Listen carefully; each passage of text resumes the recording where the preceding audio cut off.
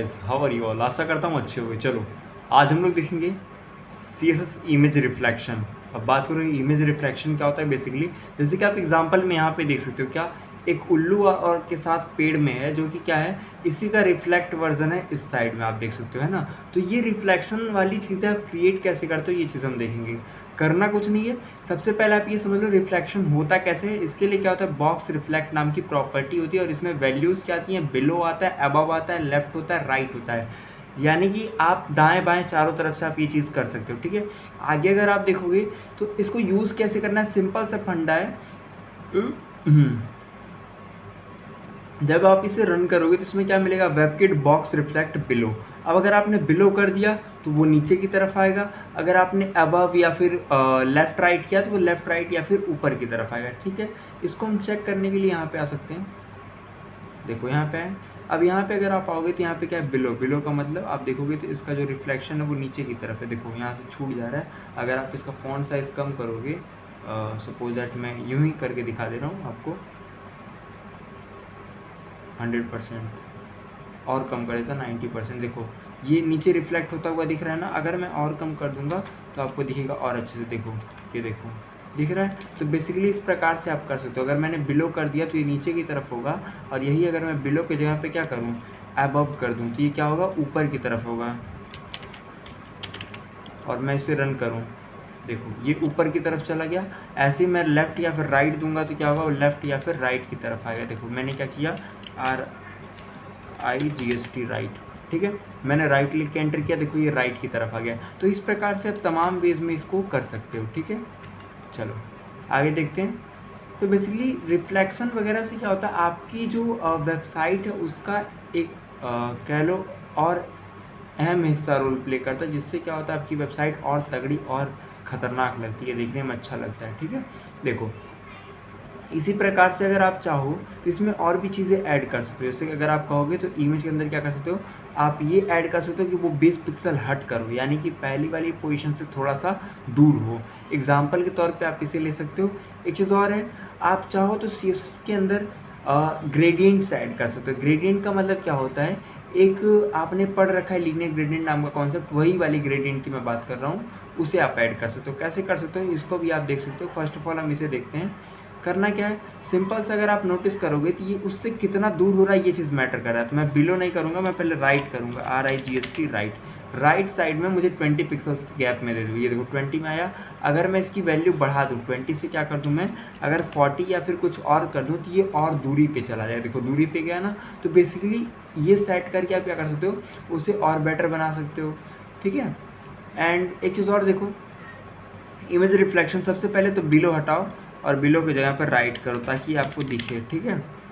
Below वाले में क्या हो रहा है ना, वो नीचे चला जाए। देखो अब अगर आप देखोगे तो ये जो इमेज इस साइड आ रही है ये एकदम धुंधली हो क्या रहा है, मिरर वे में आ रहा है। ऐसा कैसे हो रहा है, क्योंकि आपने इसमें 0 पिक्सल्स पे लीनियर ग्रेडियंट ऐड कर दिया टू बॉटम, नीचे की तरफ से क्या आपका ये कलर है। अगर आप बॉटम ना करके राइट करोगे तो ये राइट वाले वे में आएगा। देखो जैसे मैंने इसे रन किया तो ये देखो इधर से हल्का डार्क है, फिर उधर जाते जाते क्या हो गया, लाइट हो गया। तो ये सारी चीज़ें आप अपने आप से भी अप्लाई कर सकते हो, क्या क्या चीज़ें होती हैं, ठीक है।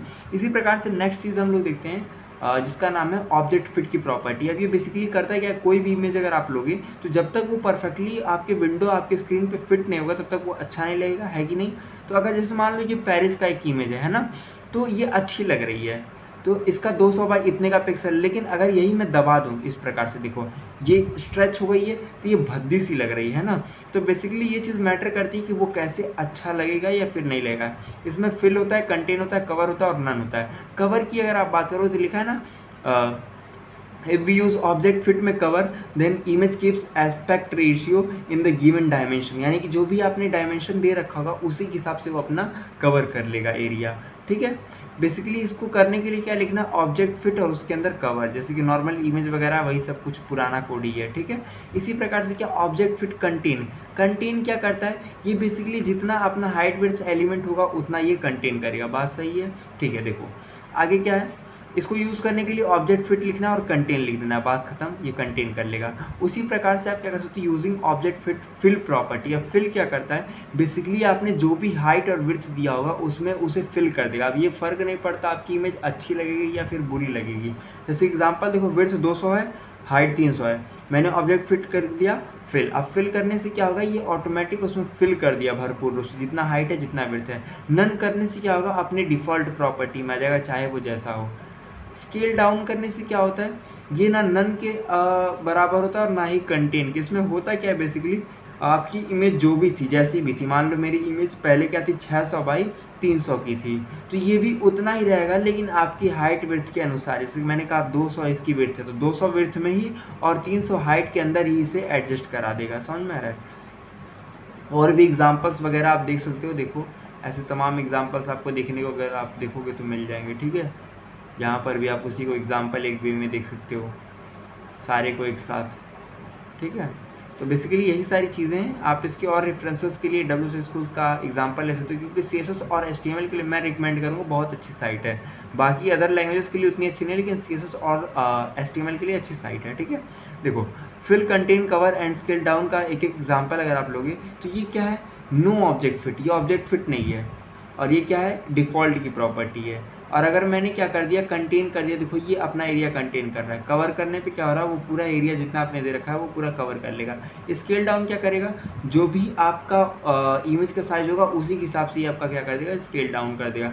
नन की प्रॉपर्टी में क्या होता है, जैसा रहेगा वैसे ही पड़ा रहेगा, ज़्यादा कुछ उसमें डिफरेंस या चेंजेस नहीं होंगे। ठीक है, तो बेसिकली यही सारी चीज़ें होती हैं किसमें, इमेज रिफ्लेक्शन में, और आपके ये जो कॉन्सेप्ट है इमेज फिट वगैरह की कॉन्सेप्ट में। ठीक है, बाकी मिलते हैं नेक्स्ट वीडियो में, तब तक के लिए चैनल पे सब्सक्राइब करिए और बने रहिए। Bye bye.